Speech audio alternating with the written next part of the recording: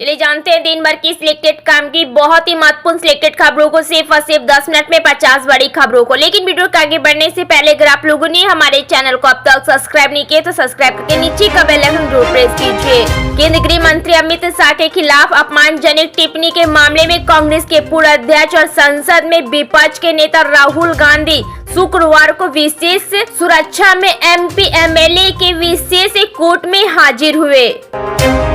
राजस्थान में मानसून के दूसरे दौरे में प्रदेश के कई इलाकों में जोरदार बारिश हो रही है। खास करके पूर्वी राजस्थान जमकर भीग रहा है।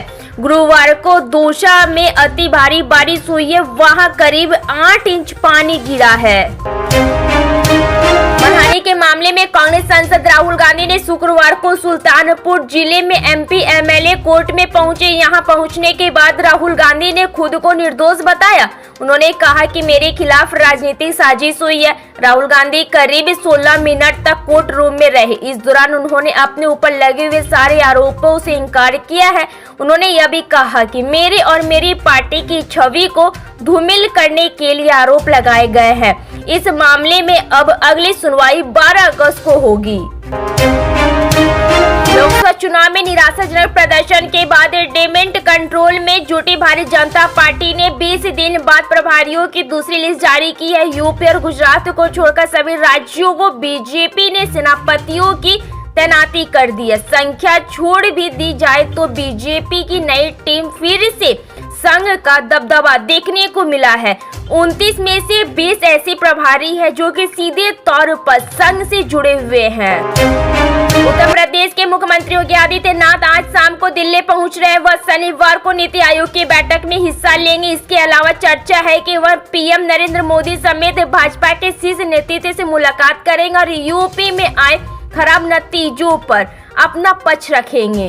कारगिल विजय दिवस के अवसर पर PM नरेंद्र मोदी ने द्रास सेक्टर पहुंचे। यहां उन्होंने कारगिल युद्ध स्मारक पर कारगिल युद्ध के वीरों को श्रद्धांजलि अर्पित की है। साथ ही देश के वीर सैनिकों को संबोधित करते हुए PM नरेंद्र मोदी ने अग्निपथ स्कीम को लेकर भी उठाए जा रहे सवालों पर विपक्षी पार्टियों पर जमकर निशाना साधा।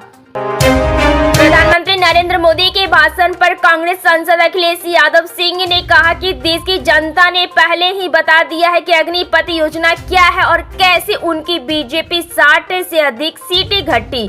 अग्निवीर योजना पर समाजवादी पार्टी सांसद अवधेश प्रसाद ने कहा, मुझे यह कहते हुए गर्व है कि हमारी सेना का एक गौरवशाली इतिहास रहा है, लेकिन अफसोस यह है कि भाजपा की सरकार ने अग्निवीर योजना की व्यवस्था की है। इससे ज्यादा अपमान सेना का नहीं हो सकता है। जब इंडिया गठबंधन की सरकार आएगी तो हम 24 घंटे में इस योजनाओं को खत्म करके सामान्य भर्ती करेंगे।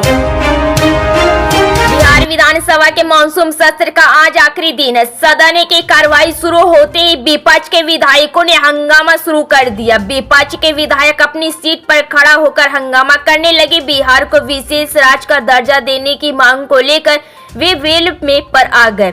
वहीं आज स्पीकर नंद किशोर यादव ने विपक्ष के विधायकों को वार्निंग दी है। विधानसभा अध्यक्ष ने कहा कि विपक्ष के विधायक के टेबल गिरने से कल राहुल यादव नाम का कर्मचारी चोटिल हुआ है। आज अगर टेबल गिरा तो दंड के लिए तैयार रहिएगा। समाजवादी पार्टी के राष्ट्रीय अध्यक्ष और कन्नौज से सांसद अखिलेश यादव ने लखनऊ स्थित पार्टी मुख्यालय में प्रेस वार्ता की। अखिलेश यादव ने कहा कि मुख्यमंत्री खुद इस बात को स्वीकार कर रहे हैं कि सभी विभागों में भ्रष्टाचार हो रहा है। सांप्रदायिक राजनीति को अगर किसी ने रोका है तो वो है पीडीए परिवार के लोग हैं।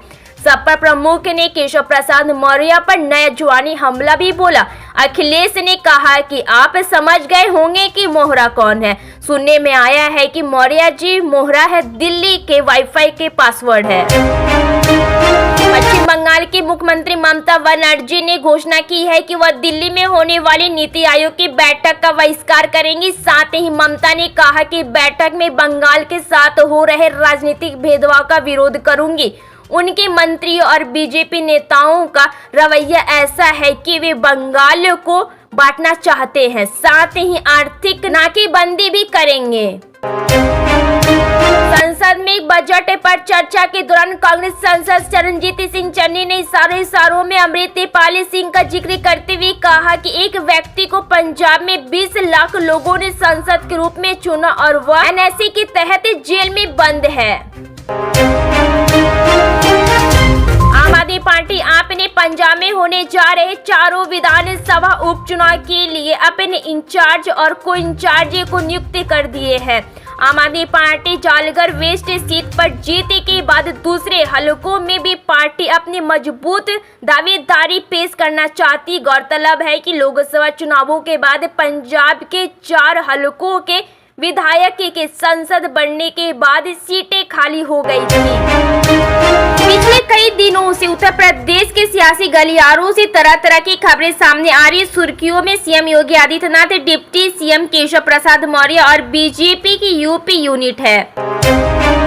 आम आदमी पार्टी के राज्यसभा सांसद संदीप पाठक ने दिल्ली के मुख्यमंत्री अरविंद केजरीवाल के स्वास्थ्य को लेकर बड़ा दावा किया। संदीप पाठक ने कहा है कि 3 जून से लेकर 7 जुलाई तक जिले में सीएम अरविंद केजरीवाल का शुगर लेवल 34 बार 50 के नीचे गया है।